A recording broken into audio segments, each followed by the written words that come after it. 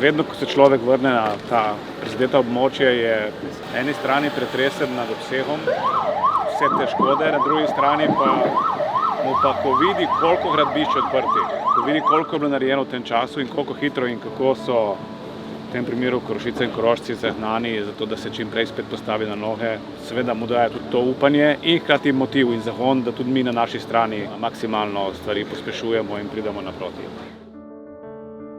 Državna tehnična pisarna bo v naslednjem tednu začela intenzivno delo na terenu. Prva izpostava, poleg sedeža v Ljubljani, bo v Črni na Koroškem. Kasneje bomo odprli še izpostavo v Savinjski dolini. Obisk na Koroškem je pokazal, da ta novi klicni center 114 opravlja svoje delo, jaz trdim, da vedno bolje. Klicni center 114, vse, kar zmore državna uprava, ampak skupaj z lokalno skupnostjo, z župani in občani pa zmore pravzaprav vse.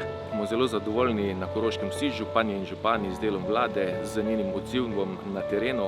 Sploh pa smo zelo zadovoljni z današnjim obiskom, kjer je praktično celotna vladna ekipa prišla sem in nam podala res konkretne odgovore na naša konkretna vprašanja.